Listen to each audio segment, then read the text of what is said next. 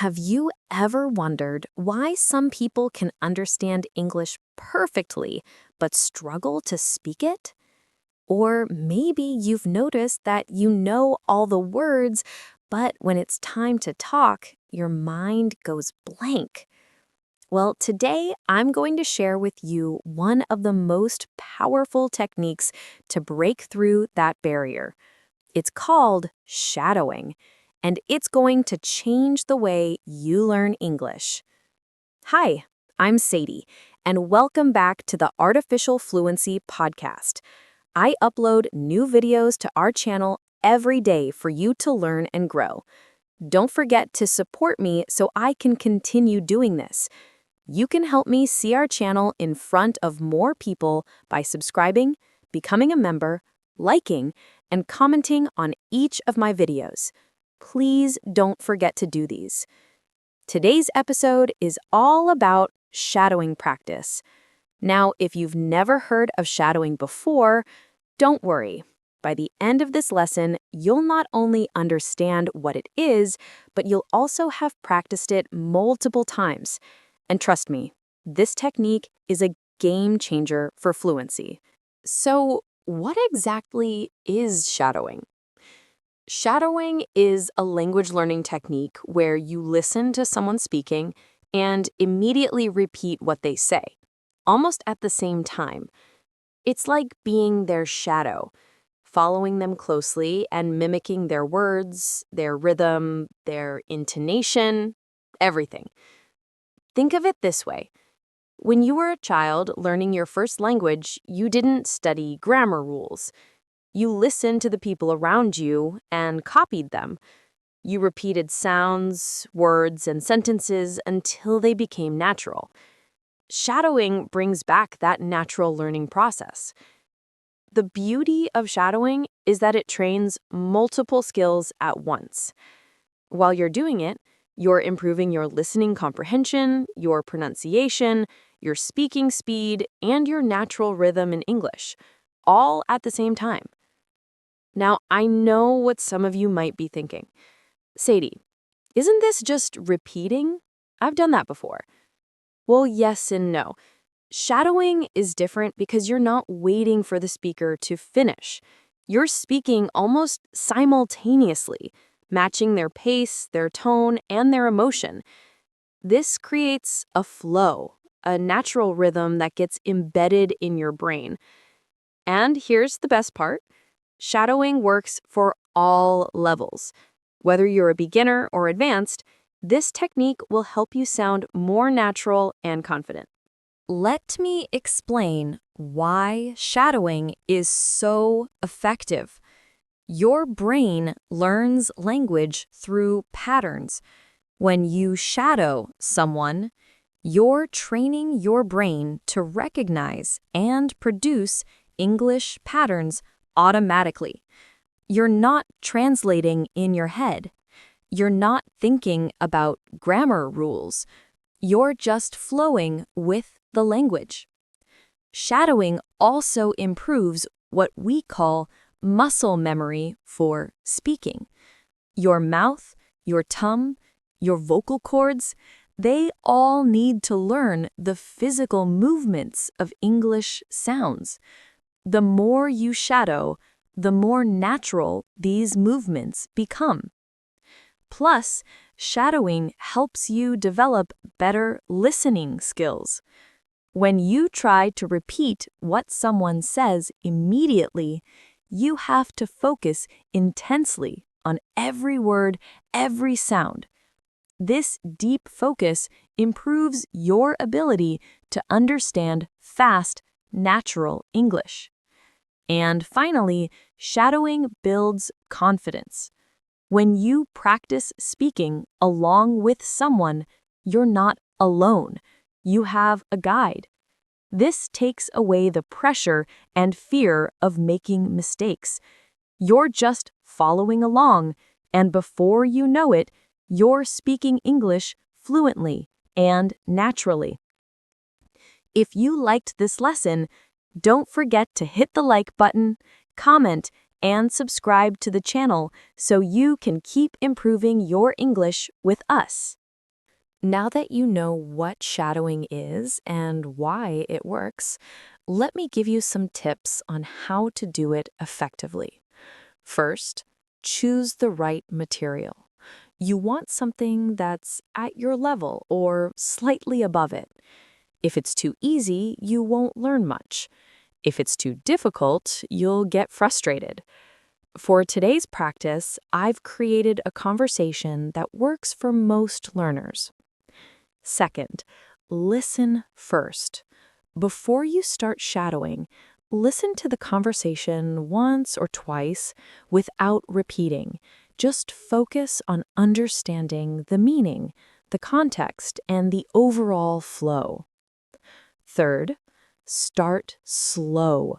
When you begin shadowing, don't worry about keeping up perfectly. It's okay to be a little behind. The goal is to match the rhythm and sounds as closely as you can. Fourth, repeat, repeat, repeat. Shadowing isn't a one-time thing. You need to practice the same material multiple times. Each time you do it, you'll get better. Your mouth will get more comfortable with the sounds, and your brain will process the patterns faster. And finally, be patient with yourself. Shadowing can feel awkward at first. You might stumble over words or lose your place. That's completely normal. Everyone goes through this. Just keep practicing and you'll see improvement.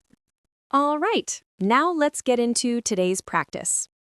I've prepared a conversation between two friends, Maya and Jason. They're talking about planning a weekend trip to the mountains. This conversation is realistic, natural, and full of everyday expressions that you can use in your own conversations. We'll go through it in stages. First, you'll listen to understand. Then we'll break down some key vocabulary. After that, we'll practice shadowing together. Are you ready? Let's begin. Just relax, listen carefully, and enjoy the conversation. Hey Jason, have you thought about our weekend trip yet? I'm so excited. Yeah, I've been thinking about it. I'm excited too, but I'm a little worried about the weather. Did you check the forecast? I did. It looks like it might rain on Saturday morning, but it should clear up by the afternoon. I think we'll be fine. That's good to hear. So, what time do you want to leave on Friday evening? I was thinking around 5 or 6 p.m. after work. That way we can avoid the worst of the traffic. We should get there by 8 or 9 p.m. Sounds perfect. And where exactly are we staying? Did you book that cabin you mentioned? Yes, I booked it last week. It's right by the lake and it has a beautiful view of the mountains. You're going to love it. That sounds amazing. What should I bring? Do I need hiking boots or anything special? Definitely bring hiking boots if you have them. And bring warm clothes. It gets pretty cold in the mountains at night. Oh, and don't forget your camera. The scenery is incredible. Got it. Hiking boots, warm clothes, and camera. Anything else? Just bring your sense of adventure. We're going to have such a great time. I've been looking forward to this all month. Me too. It's been way too long since we've done something like this. I can't wait to disconnect from work and just relax in nature. Exactly. No emails, no phone calls, just us, the mountains, and fresh air. It's going to be perfect. All right, I'm all in. Let me know if you need me to bring anything else. See you Friday. See you Friday. This is going to be epic. Great. Now let's break down some important vocabulary from that conversation. These are phrases and expressions you can use in your own daily English. First, check the forecast. When we check the forecast, we're looking at the weather prediction for the coming days. The forecast tells us if it will rain, snow, or be sunny. Example sentence. Before we go to the beach, let's check the forecast to make sure it won't rain. Second, clear up. When weather clears up, It means the clouds go away and the weather becomes better. The rain or storms stop. Example sentence. It was cloudy this morning, but it should clear up by noon. Third, avoid the worst of the traffic. This phrase means trying not to drive during the busiest times when there are lots of cars on the road. We try to leave earlier or later to avoid sitting in traffic jams. Example sentence. Let's leave at 10 a.m. to avoid the worst of the traffic on the highway. Fourth, get cold. When something gets cold, the temperature drops and it becomes uncomfortable. We use this for weather, rooms, or food. Example sentence. Bring a jacket. It gets cold in the evenings. Fifth, look forward to. When you look forward to something, you're excited about it and can't wait for it to happen. It's something you've been anticipating with joy. Example sentence. I'm looking forward to the weekend. I really need a break. Sixth, disconnect from. To disconnect from something means to separate yourself from it, to take a break. We often use this with technology or work. Example sentence. I need to disconnect from social media for a while and focus on real life. Seventh, I'm all in.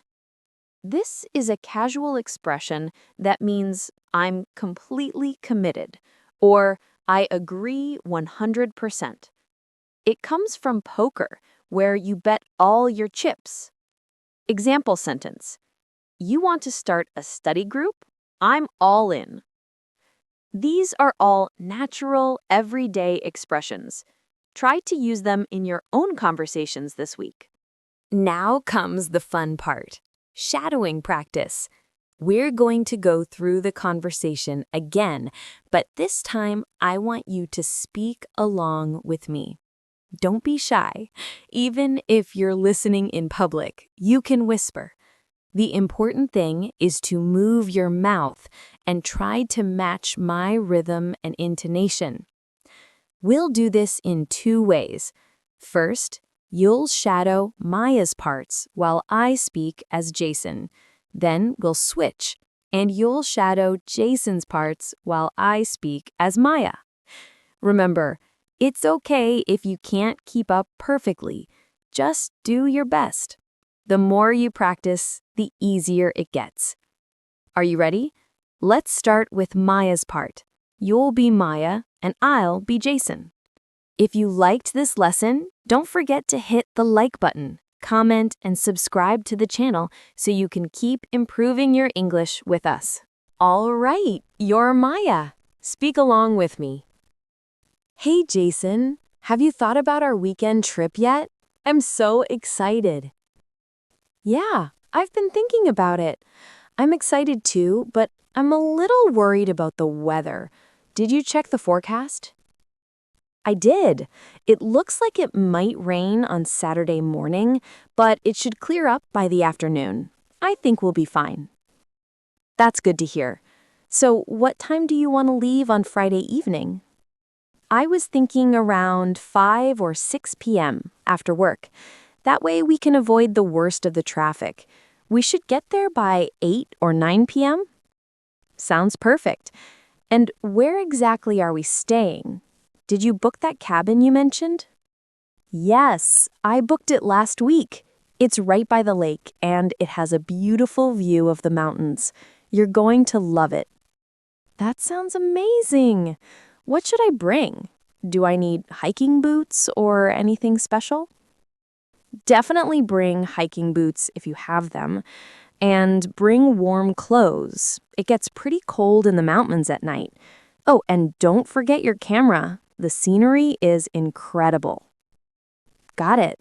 Hiking boots, warm clothes, and camera. Anything else? Just bring your sense of adventure.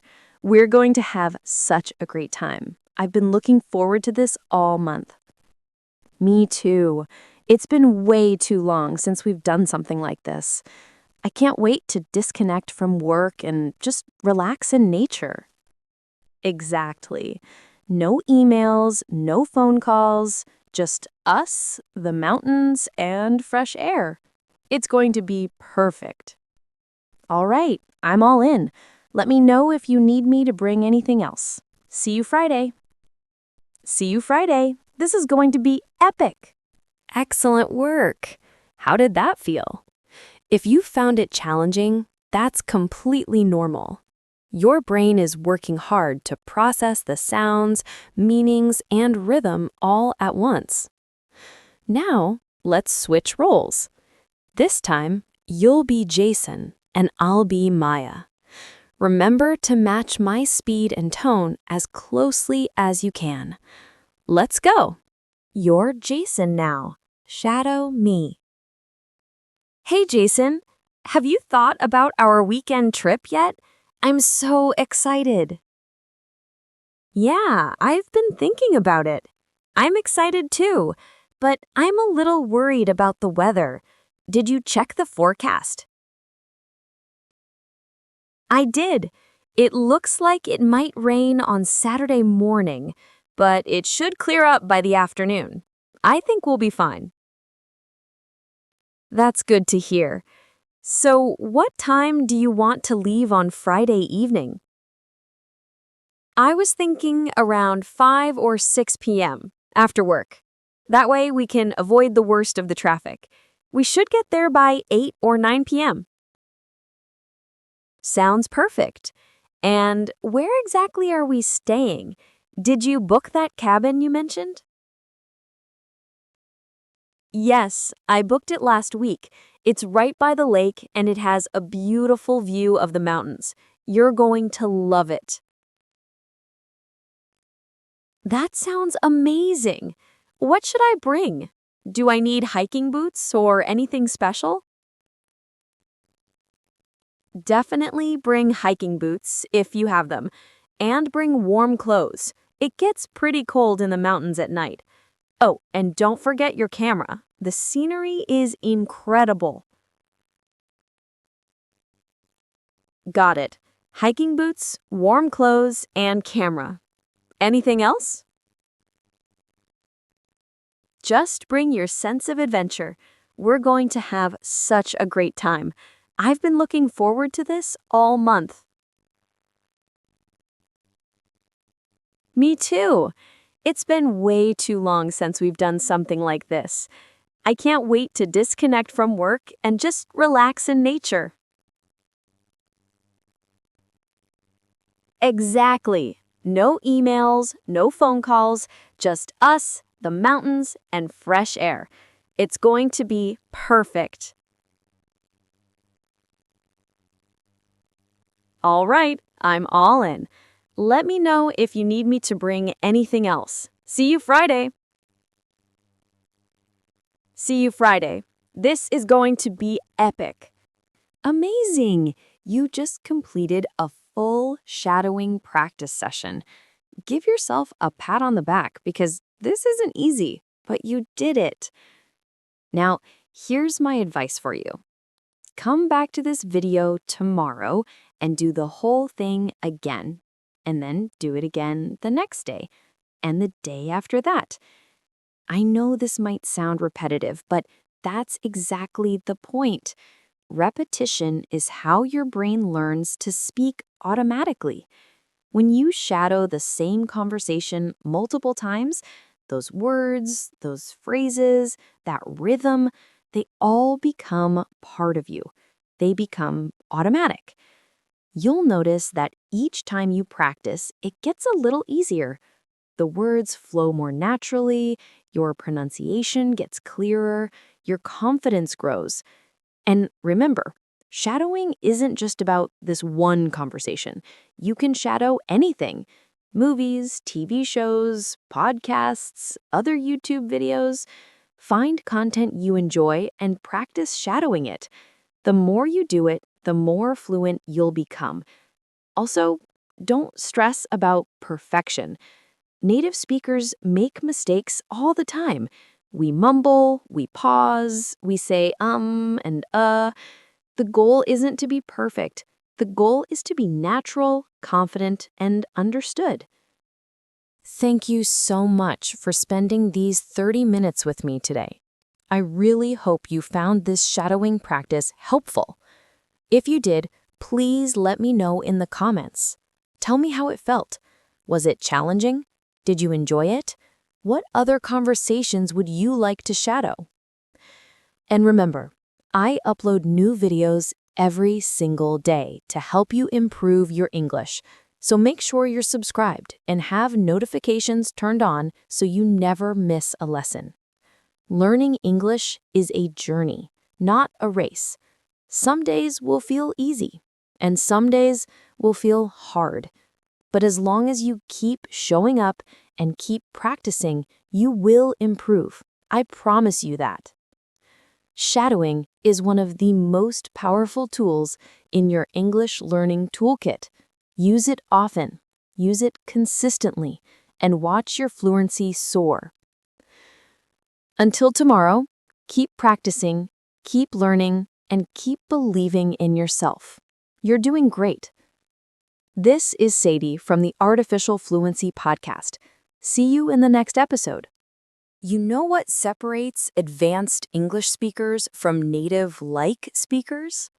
It's not grammar. It's not even pronunciation. It's the subtle, everyday phrases that native speakers use constantly. Phrases that make conversations flow naturally and authentically. Today, I'm going to teach you 12 of these phrases. Phrases you won't find in most textbooks, but you'll hear in every natural English conversation. Hi, everyone. I'm Sadie, and welcome to Artificial Fluency Podcast. Before we dive into today's advanced vocabulary lesson, I want to say something from my heart. I upload new videos to our channel every day for you to learn and grow. Don't forget to support me so I can continue doing this.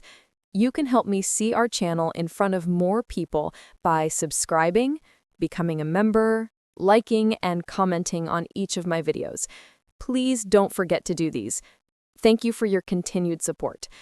Today's lesson is designed specifically for C1 advanced learners, those of you who have solid English skills but want to sound more natural, more native-like, more effortlessly fluent.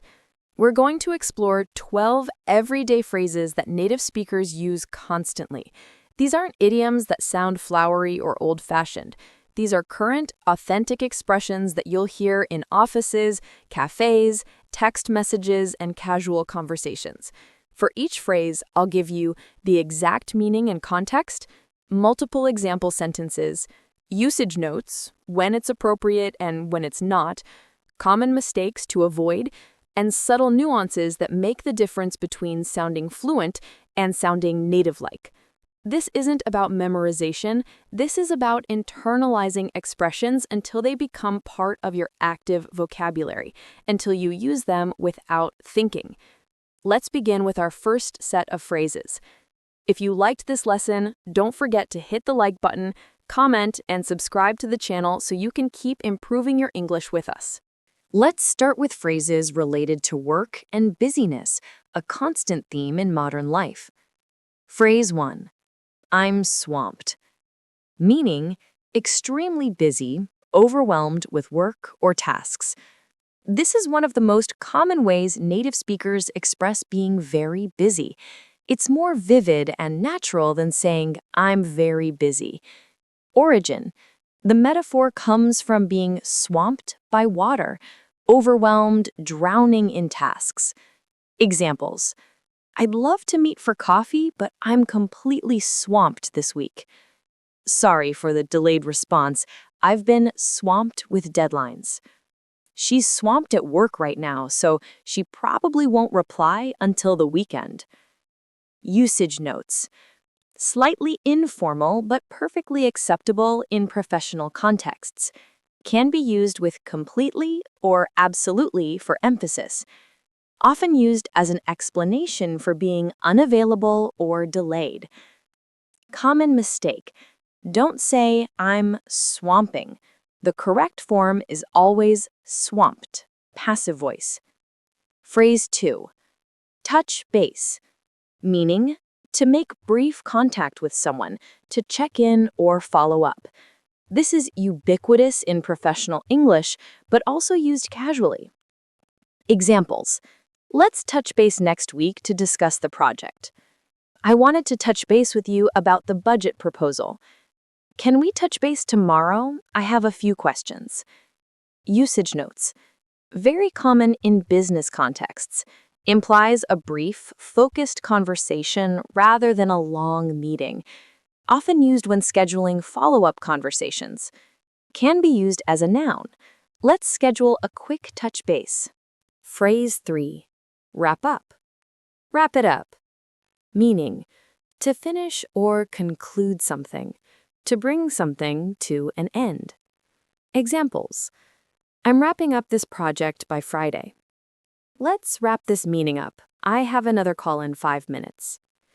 I need to wrap up my work before I leave for vacation. Usage notes.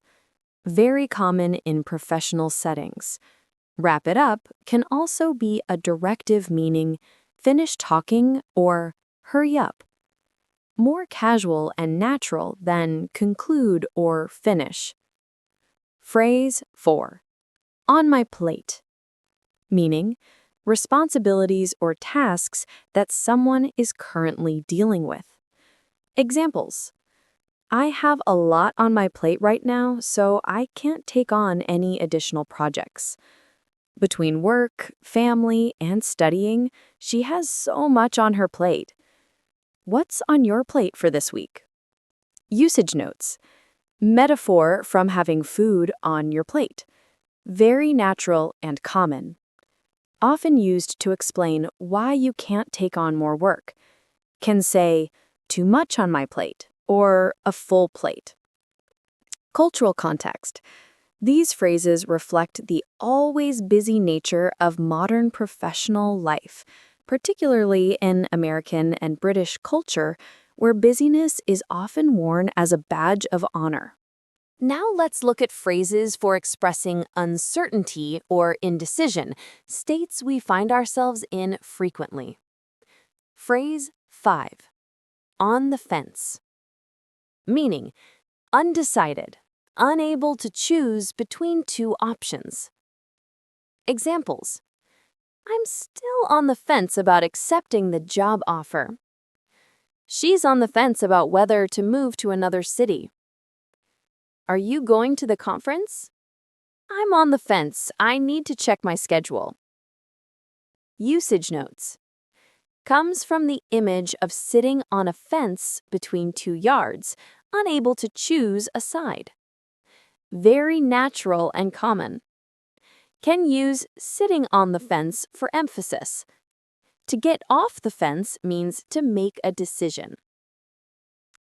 Phrase 6. Up in the air. Meaning, uncertain, not yet decided or determined. Examples. Our vacation plans are still up in the air. The project timeline is up in the air until we get approval. Everything's up in the air right now. I'll let you know when I have more clarity. Usage notes. Implies that the decision or outcome hasn't been determined yet. Often used when external factors affect the decision. Can be used for personal plans or professional situations. Subtle difference. On the fence means you can't decide. Up in the air means the situation is uncertain, may not be entirely in your control. Phrase 7. Play it by ear. Meaning, to decide what to do as the situation develops, rather than planning everything in advance. Examples. I don't know what time I'll arrive, so let's just play it by ear. We can make a plan, but we might need to play it by ear depending on the weather. I'm not sure how I'm feeling today. Let's play it by ear. Usage notes. Comes from music, playing without sheet music, by listening. suggests flexibility and adaptability. Common in casual plans. Shows you're comfortable with uncertainty. If you liked this lesson, don't forget to hit the like button, comment, and subscribe to the channel so you can keep improving your English with us. Let's explore phrases for social situations, the casual interactions that make up much of daily life. Phrase 8. Catch up. Meaning, to spend time with someone you haven't seen in a while and share updates about your lives. Examples. We should catch up soon. It's been too long. I caught up with an old friend over coffee yesterday. Let's catch up over lunch next week. Usage notes. One of the most natural ways to suggest meeting someone. Implies both people will share updates, not just one person talking. Can be a verb or a noun. Let's have a catch-up. Very warm and friendly tone. Phrase 9. Hit it off. Meaning, to immediately get along well with someone, to have instant chemistry or connection. Examples. I met my business partner at a conference, and we just hit it off immediately. I wasn't sure about the blind date, but we actually hit it off really well. They hit it off right away and have been best friends ever since. Usage notes. Can be romantic or platonic.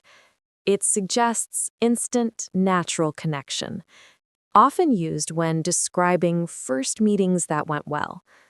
The past tense is most common. Phrase 10. Keep in touch. Meaning, to maintain contact with someone, to not lose connection. Examples. It was great meeting you. Let's keep in touch. I try to keep in touch with my college friends, but it's getting harder. Keep in touch and let me know how the interview goes. Usage notes. Very common when parting ways. Can be sincere or just polite. Context matters. Stay in touch is equally common. Get in touch means to contact. Get in touch when you're back in town. Subtle nuance. Keep in touch is often said when saying goodbye, but doesn't always result in actual contact. It's sometimes just a polite closing phrase. Gauge sincerity from context and body language. Now let's look at phrases for expressing reactions and emotions in natural, native-like ways. Phrase 11. I can't wrap my head around it. Meaning, I can't understand or comprehend something. It's difficult to grasp mentally. Examples. I can't wrap my head around how fast this year has gone by. The physics concept is so complex, I just can't wrap my head around it. He quit his dream job? I can't wrap my head around that decision. Usage notes. Expresses genuine difficulty in understanding, often used for abstract or counterintuitive concepts. More colorful than simply saying, I don't understand. It can be about intellectual concepts or emotional situations. Phrase 12. It's not my cup of tea. Meaning, it's not something I enjoy or am interested in. It's not to my taste. Examples. Horror movies? Not really my cup of tea. I tried yoga, but it's just not my cup of tea. Classical music isn't my cup of tea, but I can appreciate the skill. Usage notes. Polite way to express dislike without being harsh. British in origin, but widely used in American English too. Less direct than I don't like it. Shows respect for others' preferences while stating your own. Alternative, not my thing, is even more casual and equally common. Cultural note.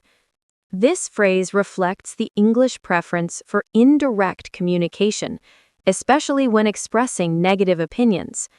Rather than bluntly saying, "I hate that," this phrase softens the sentiment. Now that we've covered 12 phrases, let me give you some guidance on actually integrating these into your active vocabulary. Pattern 1. Natural clustering. Notice how these phrases often appear together in conversations. I'm completely swamped this week and have so much on my plate. Let's touch base next week when things settle down and we can catch up properly. This combines phrases 1, 4, 2, and 8 naturally. Pattern 2. Substitution practice. Take your existing vocabulary and consciously substitute these phrases. Instead of, "I'm very busy, so I can't meet for coffee," say, "I'm swamped this week, so I can't meet for coffee." Instead of, "I don't know if I want to accept the offer," say, "I'm on the fence about accepting the offer." Pattern 3. Context awareness. Not all phrases work in all contexts. Touch base and wrap up in professional contexts, though can be casual. Hit it off and catch up in social contexts. On the fence and play it by ear, both professional and casual. Pattern 4. Register matching.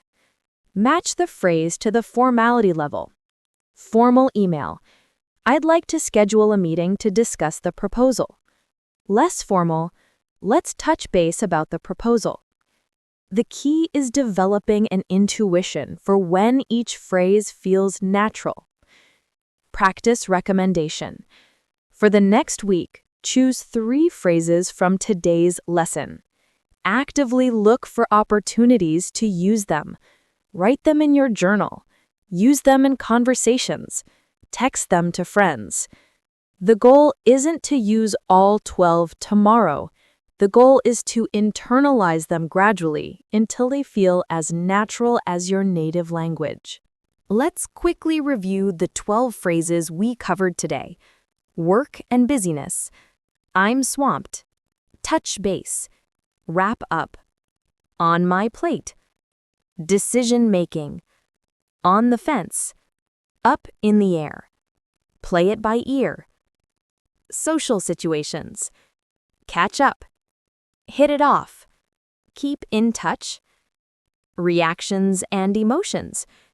Can't wrap my head around it. Not my cup of tea. These aren't just vocabulary items to memorize. They're tools for sounding more natural, more native-like, more authentically fluent. The difference between a C1 speaker and someone who sounds native-like isn't about knowing more grammar rules. It's about having these phrases flow naturally in conversation, using them with the right nuance, in the right context, at the right moment. That kind of fluency comes from exposure, practice, and conscious integration. Listen for these phrases in movies, podcasts, and conversations. Notice how native speakers use them. Then practice until they feel like your own words. You're at an advanced level. You have the foundation. Now it's about refinement, about those finishing touches that make your English not just correct, but effortlessly natural. Thank you for spending this time with me today. I hope these phrases help you sound more native-like in your daily conversations. Keep learning, keep refining, and keep pushing toward that native-like fluency you're working toward. This is Sadie, and I'll see you in the next lesson. Until then, happy practicing. Do you understand English when you read it or hear it, but you never speak? Are you too afraid to open your mouth and say something in English? Do you have ideas, feelings, and thoughts inside you, but they stay silent? Today is about you. Today is about finding your voice. about unlocking the words that are already inside you. Hi everyone, I'm Sadie, and welcome to Artificial Fluency Podcast. Before we begin, I want to say something from my heart. I upload new videos to our channel every day for you to learn and grow. Don't forget to support me so I can continue doing this. You can help me see our channel in front of more people by subscribing, becoming a member, liking, and commenting on each of my videos. Please don't forget to do these. Thank you for being here today. Today's episode is special. Today, we're going to talk about something very important: your voice. I don't just mean the sound you make. I mean your ability to express yourself, to share your ideas, to communicate. Many English learners have this problem. They can read English, they can understand English, but they don't speak. They stay quiet. They stay silent. They keep everything inside. If this is you, I understand. I know it's hard. I know it's scary. But today, I want to help you unlock your voice. I want to help you speak. This is an A2 level episode. A2 means elementary English. Simple words, short sentences. I will speak slowly. I will speak clearly. And I will help you feel brave. Because you have a voice. You have something to say. And the world needs to hear it. Are you ready? Let's begin. If you liked this lesson, don't forget to hit the like button, comment, and subscribe to the channel so you can keep improving your English with us. First, let me explain, what does unlock your voice mean? Imagine a locked door. The door has something valuable inside, but it's locked. You have the key, but you're afraid to use it. Your voice is like this. It's inside you. It's valuable, but it's locked. Fear is the lock. Today, we're going to find the key. We're going to unlock your voice. What does this mean in practice? It means you will speak English. You will express yourself. You will communicate. Not perfectly, not without mistakes, but you will speak. Let me tell you something important. Your voice is not just about English. Your voice is about you. Your voice is your ideas, your feelings, your thoughts, your opinions, your stories, your experiences. All of these things are inside you right now.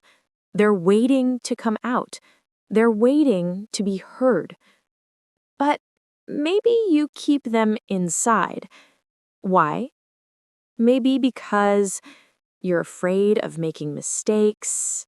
You're afraid people will laugh at you. You're afraid your English isn't good enough. You're afraid you'll say something wrong. You're afraid no one will understand you. These fears are normal. Everyone has them. Even native speakers sometimes feel afraid to speak. But here's the truth. Your voice matters. Even if your English isn't perfect, even if you make mistakes. When you speak, you give something to the world. You share yourself. You connect with people. When you stay silent, you keep everything locked inside. And that's lonely. That's sad. So today, we're going to learn how to unlock your voice, how to speak, how to share yourself with the world. Now let's talk about fear. Why are you afraid to speak English? Let me list some common fears. See if any of these sound familiar to you. Fear 1. My English is not good enough.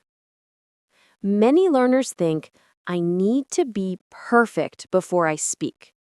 But this is impossible. You can never be perfect. Even native speakers make mistakes. The truth is, your English doesn't need to be perfect. Your English just needs to be good enough to communicate. If someone understands you, that's success. That's enough. Fear 2. People will laugh at me.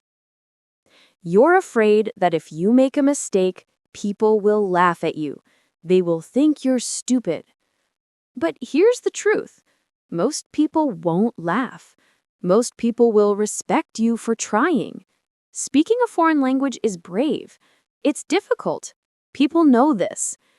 And if someone does laugh at you, that person is unkind. That's their problem, not yours. Don't let unkind people stop you from speaking. Fear 3. I will make mistakes. Yes, you will make mistakes. I promise you this. But mistakes are not bad. Mistakes are how you learn. Every time you make a mistake, you learn something new. You improve.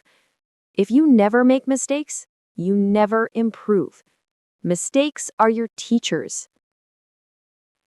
Fear 4. I will forget words. This happens to everyone. Even in your own language, you sometimes forget words, right? It's normal. It's okay. When you forget a word in English, you can describe the thing instead. Use a different word. Ask, how do you say? Use gestures to help. Forgetting words doesn't mean you failed. It means you're human. Fear 5. I sound strange. Maybe you think your accent sounds strange. Your voice sounds different in English. But listen, everyone has an accent. American people have an accent. British people have an accent. Everyone. Your accent is part of you. It's part of your identity. It's beautiful. You don't need to sound exactly like a native speaker. You just need to be understood. Let me tell you something personal. When I was learning another language, I was terrified to speak.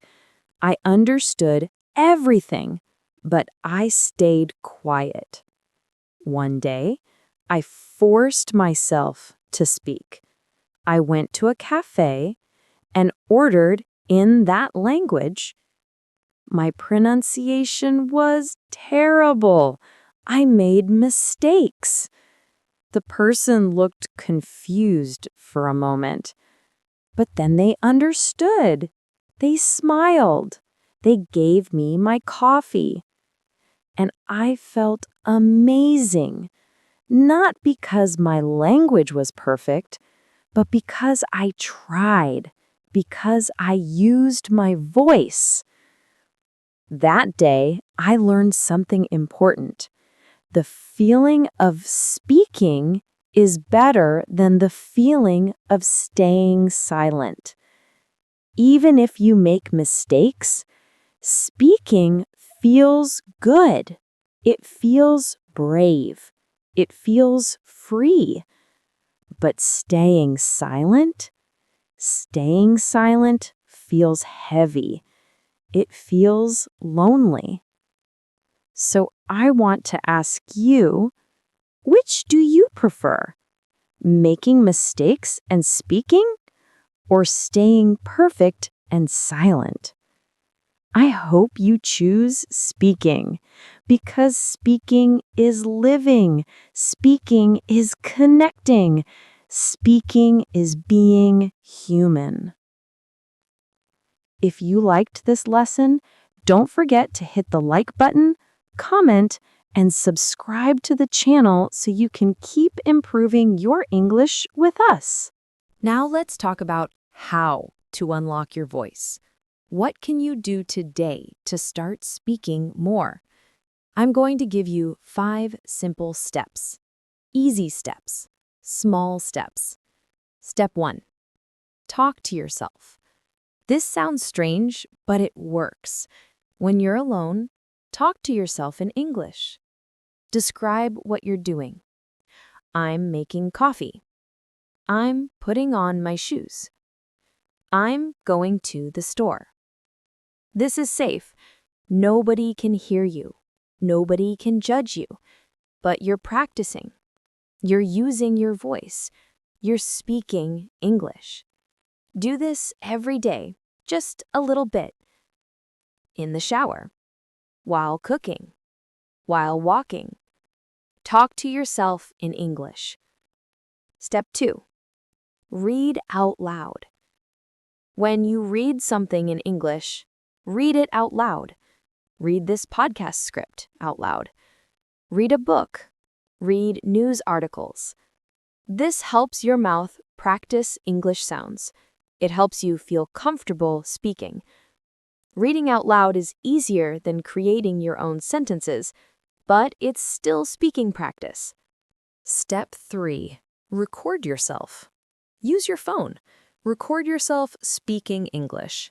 You can read a text, describe your day, talk about your hobbies, answer questions, then listen to the recording. At first, you might not like how you sound. That's normal. Most people don't like hearing their own voice. But keep doing it. Over time, you'll get used to your voice. You'll hear yourself improve. Step 4. Speak to your pet or a photo. If you have a pet, talk to them in English. They won't judge you. They'll just listen. Or put a photo of a friend on your desk. Talk to the photo in English. I know this sounds silly, but it works. It helps you practice without the pressure of a real conversation. Step 5. Find one safe person. Find one person who makes you feel comfortable. Someone patient, someone kind. Maybe a friend, maybe a family member, maybe another English learner. Practice speaking with this person. Start with small conversations. Tell them, I'm practicing English. I might make mistakes. Please be patient. A good friend will support you. They'll help you. They won't laugh. These 5 steps are small. They're easy, but they're powerful. You don't need to do all of them. Just pick one. Start there. The important thing is start. Use your voice, even just a little bit, because every time you speak, you unlock your voice a little more. Now, I want to talk about something deeper. Finding your authentic voice. What does authentic mean? Authentic means real, true, honest. Your authentic voice is not copying someone else. It's being yourself. Many English learners try to sound like native speakers. They try to copy accents. They try to use slang they don't really understand. But this doesn't sound natural. It sounds fake. Your authentic voice is different. Your authentic voice is you speaking English in your own way. Your accent is okay. Your way of forming sentences is okay. Your personality in English is okay. You don't need to become a different person when you speak English. Let me give you an example. I know a man from Japan. His name is Kenji. He speaks English with a Japanese accent. At first, Kenji tried very hard to sound American. He tried to change his accent completely. But it didn't work. It sounded forced. It sounded uncomfortable. Then Kenji changed his approach. He decided, I will speak English as myself, with my accent, with my personality. And something beautiful happened. Kenji's English became clear. natural, confident. People understood him perfectly. And more importantly, Kenji felt comfortable. He felt like himself. This is your authentic voice, being yourself in English. How do you find your authentic voice? Tip 1. Don't copy everything. It's okay to learn from native speakers, but don't try to copy them exactly. Take what feels natural to you, leave what doesn't. Tip 2. Use words that feel comfortable. If a word or phrase feels strange to you, don't use it. Use simpler words that feel natural. Tip 3. Let your personality show. If you're funny in your language, be funny in English. If you're serious, be serious. If you're quiet, it's okay to be quiet. Don't try to be someone you're not. Tip 4. Accept your accent. Your accent is part of you. It's part of your story. It's beautiful. Focus on being clear, not on erasing your accent. When you find your authentic voice, something magical happens. Speaking becomes easier, more natural, more comfortable. You stop worrying so much about being perfect. You start focusing on communicating. And this is when real fluency begins. Not perfect fluency, but comfortable, authentic fluency. Now, I want to tell you something very important. Something I need you to hear. Your voice matters.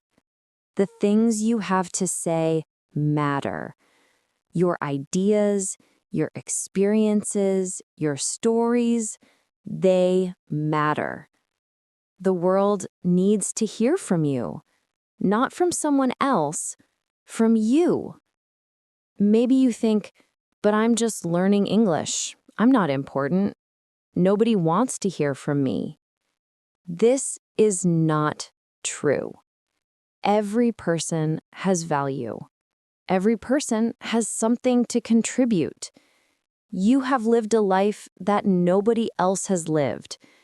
You have seen things that nobody else has seen. You have thought things that nobody else has thought. This makes you unique. This makes your voice valuable. When you speak, you share yourself with the world. And this is a gift. Maybe you'll inspire someone. Maybe you'll teach someone. Maybe you'll make someone laugh. Maybe you'll help someone feel less alone. But you can only do these things if you speak. If you stay silent, the world misses out. The world loses your voice. So please, don't keep your voice locked inside anymore. You have something to say. Say it. You have something to share. Share it. You have a voice. Use it. Yes, you will make mistakes. Yes, your English won't be perfect. Yes, some people might not understand you the first time. But that's okay. That's normal. That's part of the journey. The important thing is, you tried. You spoke. You used your voice. And every time you do this, you become braver, stronger, more confident. Your voice is like a muscle. The more you use it, the stronger it gets. Right now, maybe your voice is weak. Maybe it's quiet. Maybe it's scared. But if you use it, even a little bit every day, it will grow stronger. One day, you'll speak English without fear, without hesitation, without that heavy feeling in your chest. One day, speaking English will feel natural, normal, easy. But that day only comes if you start today. So start today, now. Unlock your voice. We've spent 30 minutes together today talking about your voice. Let me remind you of the most important ideas. 1. Your voice is already inside you. It's just locked. Fear is the lock. 2. Everyone is afraid to speak. This is normal, but you must speak anyway. 3. Your English doesn't need to be perfect. It just needs to be good enough to communicate. 4. Start small. Talk to yourself. Read out loud. Record yourself. Practice with safe people. 5. Find your authentic voice. Be yourself in English. Your accent is beautiful. 6. Your voice matters. The world needs to hear from you. Now, I want to give you a challenge, a small challenge. Today, before you go to sleep, speak one sentence in English out loud. Just one sentence. You can say, I am unlocking my voice. Or, I am brave. Or, I can do this. Just one sentence, out loud, in English. This is your first step, your first moment of using your voice. And tomorrow, do it again. And the next day. And the next. Little by little, your voice will grow stronger. Little by little, speaking will become easier. Little by little, you will become the confident English speaker you want to be. I believe in you. I know you can do this. Your voice is waiting. Unlock it. Thank you for listening today. Thank you for being here. Thank you for being brave enough to try. This is Sadie, and I will see you in the next episode. Until then, remember, you have a voice. Use it. Speak. Share. Shine. You've got this. Goodbye. Can you read English but not understand when people speak? Do native English speakers talk too fast for you? You're not alone. Many English learners have this problem. Many learners. Today, I will help you understand why native speakers are hard to understand, and I will give you simple tips to help you. Hi everyone, I'm Sadie. Welcome to Artificial Fluency Podcast. Before we start, I want to say something from my heart. I upload new videos to our channel every day for you to learn and grow. Don't forget to support me so I can continue doing this. You can help me see our channel in front of more people by subscribing, becoming a member, liking, and commenting on each of my videos. Please don't forget to do these. Thank you so much for being here. Today, we will talk about a big problem for English learners. The problem is understanding native English speakers. Maybe you study English. You learn words. You learn grammar. You can read English. But then, you listen to a native speaker, and you don't understand. Nothing. You think, what? What did they say? Why is it so fast? Why is it so different from my textbook? This is normal. This happens to everyone. Every English learner has this problem. Today, I will explain why this happens and I will give you easy tips to help you understand better. This is an A1 level episode. A1 means beginner. Very simple English. I will speak slowly. I will use easy words. I will explain everything. You don't need to understand every word. Just listen. Just relax. Are you ready? Let's begin. If you liked this lesson, don't forget to hit the like button, comment, and subscribe to the channel so you can keep improving your English with us. First, let me explain why are native speakers hard to understand. There are 5 main reasons. Let me tell you each one. Reason 1. They speak fast.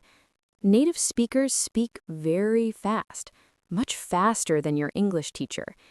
In class, your teacher speaks slowly, very clearly, so you can understand.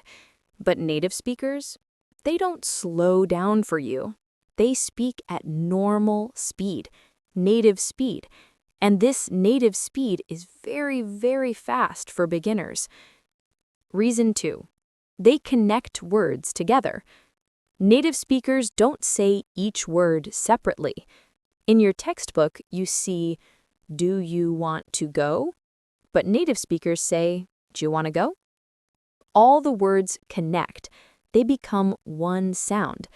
This is called connected speech. It's very different from textbook English. Reason 3.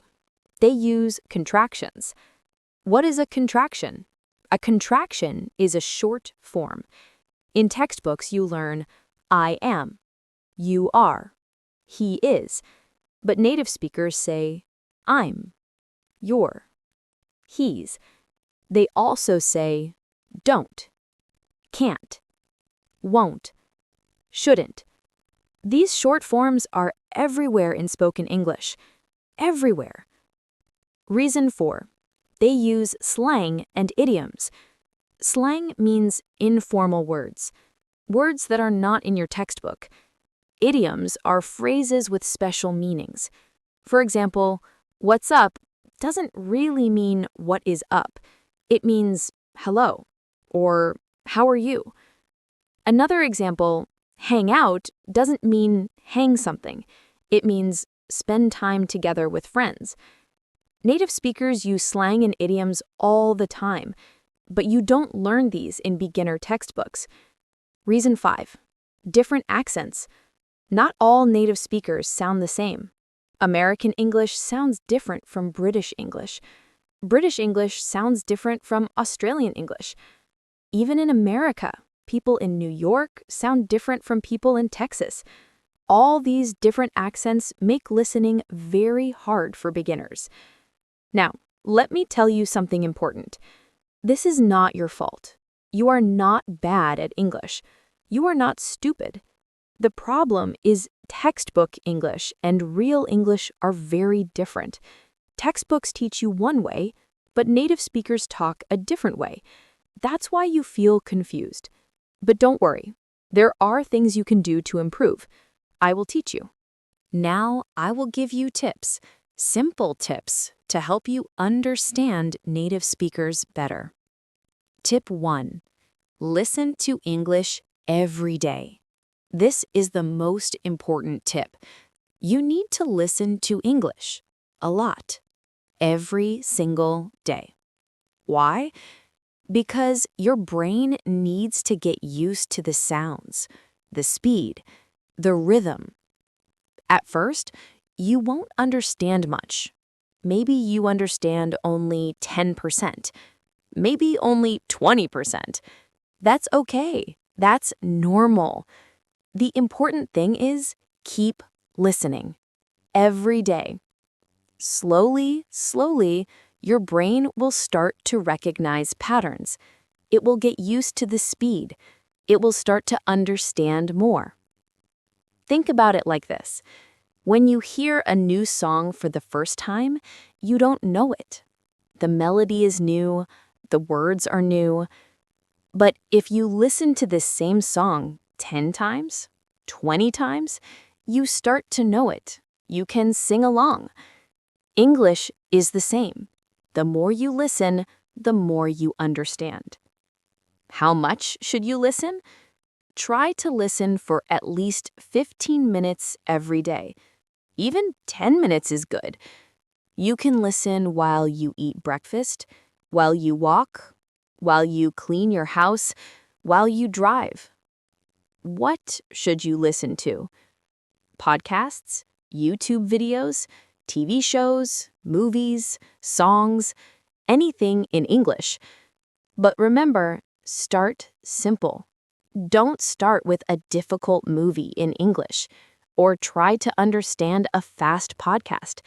This is too hard. You will feel frustrated. You will feel bad. Instead, start with easy content made for learners. For example, listen to podcasts for beginners, like this one. Watch children's TV shows. They use simple English and speak more slowly. Watch videos with subtitles. You can read and listen at the same time. Listen to English learning channels on YouTube. Start easy. When easy becomes comfortable, try something a little harder. Step by step, little by little. Don't jump to difficult content too fast. Let me give you my own example. When I was learning another language, I tried to watch the news. It was too hard. I understood nothing. I felt terrible. So, I stopped. I started watching children's cartoons instead. Yes, cartoons. They were simple. The language was easy. I could understand. This gave me confidence. After a few months, I tried the news again. And guess what? I understood more. So don't be embarrassed to start simple. Simple is smart. Simple is the right way. If you liked this lesson, don't forget to hit the like button, comment, and subscribe to the channel so you can keep improving your English with us. Now let's talk about 2 more important tips. Tip 3. Learn common contractions. Remember I said native speakers use short forms? Contractions? You need to learn these. They are very important. Let me teach you the most common ones. To be contractions. I am equals I'm. You are equals you're. He is equals he's. She is equals she's. It is equals it's. We are equals we're. They are equals they're. Negative contractions. Do not equals don't. Does not equals doesn't. Did not equals didn't. Cannot equals can't. Could not equals couldn't. Would not equals wouldn't. Should not equals shouldn't. Is not equals isn't. Are not equals aren't. Was not equals wasn't. Were not equals weren't. Have not equals haven't. Has not equals hasn't. Will not equals won't. This one is special. These contractions are everywhere in spoken English. Everywhere. When you learn to recognize them, understanding becomes much easier. Practice listening for these short forms. Try to notice them when you listen to English. Tip 4. Learn about connected speech. Connected speech means words that join together. Let me give you examples. Example 1. Want to becomes wanna. I want to go sounds like I want to go. Do you want to eat sounds like do you want to eat? Example 2. Going to becomes gonna. I am going to study sounds like I'm gonna study. They are going to leave sounds like they're gonna leave. Example 3. Words with you. Did you sounds like did ya. Would you sounds like would ya. Can you sounds like can ya. Do you sounds like dya or ja. Example 4. Have to becomes have to. I have to go sounds like I have to go. Example 5. Other common connections. Let me sounds like lemme. Give me sounds like gimme. Got to sounds like gotta. Out of sounds like oughta. Kind of sounds like kinda. Sort of sounds like sorta. At first, these might sound strange to you, very different from textbook English. But these are how native speakers really talk. When you learn to recognize these patterns, you will understand much more. How can you practice this? Listen to English and try to notice when words connect. Try to notice when people say wanna instead of want to. You can also practice saying these yourself. Try speaking like a native speaker. This will help your brain recognize the sounds. Let me give you 2 more practical tips. Tip 5, use subtitles. Subtitles are words at the bottom of the screen. When you watch movies or videos, turn on the subtitles in English. Why English subtitles? Why not your own language? Because English subtitles help you connect the sounds with the words. You hear the words, you see the words, your brain makes the connection. This is very powerful for learning. At first, you might need to pause the video, read the subtitle, listen again. That's okay. Take your time. Some people say, but using subtitles is cheating. No, it's not cheating. It's learning. It's smart. Many native speakers use subtitles too. When the audio is not clear, when there's background noise, when someone has a strong accent. So don't feel bad about using subtitles. They help you learn. Later, when your English gets better, you can try without subtitles. But for now, use them. Tip 6. Don't be afraid to ask people to repeat. This is very important for real conversations. When you talk to a native speaker and you don't understand, what should you do? Many students feel shy. They just nod and smile. They pretend to understand. But this doesn't help you learn. Instead, be brave.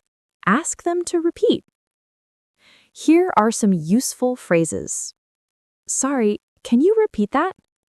Sorry, I didn't understand. Can you speak more slowly, please? What does that mean? Can you say that again? These phrases are very useful. Learn them. Use them. Most native speakers are happy to repeat. They are happy to help you. Don't feel embarrassed. Everyone learning a language needs to ask people to repeat. It's normal. I do this too. When I travel to another country, I ask people to repeat all the time. It's not embarrassing. It's brave. It shows you want to learn. It shows you're trying. So next time you don't understand, don't just smile and nod. Ask. Ask them to say it again. Now I want to talk about something important. Very important. Understanding native speakers takes time. A long time. You cannot do it quickly. You cannot do it in 1 month or 2 months. This is a journey. A long journey. And that's okay. That's normal. Let me tell you the truth. An honest truth. Even after years of studying English, you might not understand everything. You might still miss some words. You might still feel confused sometimes. And you know what? That's normal too. Even native speakers don't understand everything. Sometimes they miss words. Sometimes they ask, "What?" or "Can you repeat that?" So don't expect perfection. Don't expect to understand 100% of everything. Instead, celebrate small progress. Today, maybe you understand 20% of a conversation. Next month, maybe you understand 30%. 6 months later, maybe 50%. This is progress. This is success. Don't compare yourself to other people. Don't think, "That person understands more than me. I'm so slow." No. Everyone learns at their own speed. Everyone has their own journey. Just focus on being better than yesterday. That's all. One more thing I want to say. Your accent is okay. Your mistakes are okay. Many English learners worry, "My pronunciation is bad. Native speakers won't understand me." But here's the truth. English is a global language. There are many, many accents. American, British, Australian, Indian, Chinese, Spanish, Arabic, so many. Native speakers are used to hearing different accents. They can understand you. Don't try to sound exactly like a native speaker. That's not the goal. The goal is communicate. Share your ideas. Connect with people. If they understand you, that's success. So be patient with yourself. Be kind to yourself. Keep practicing. Keep listening. Little by little, day by day, you will improve. I promise. Let's review what we learned today. Why are native speakers hard to understand? 1. They speak fast. 2. They connect words together. 3. They use contractions. 4. They use slang and idioms. 5. They have different accents. What can you do to improve? Tip 1. Listen to English every day. Tip 2. Start with easy content. Tip 3. Learn common contractions. Tip 4. Learn about connected speech. Tip 5. Use English subtitles. Tip 6. Ask people to repeat. Remember, this takes time. Be patient. Be kind to yourself. Every day you listen, you improve. Even if you don't see it, your brain is learning. You're doing great. I'm proud of you for trying, for practicing, for being here. Keep going. Don't give up. You can do this. Thank you for listening today. Thank you for being part of our Artificial Fluency family.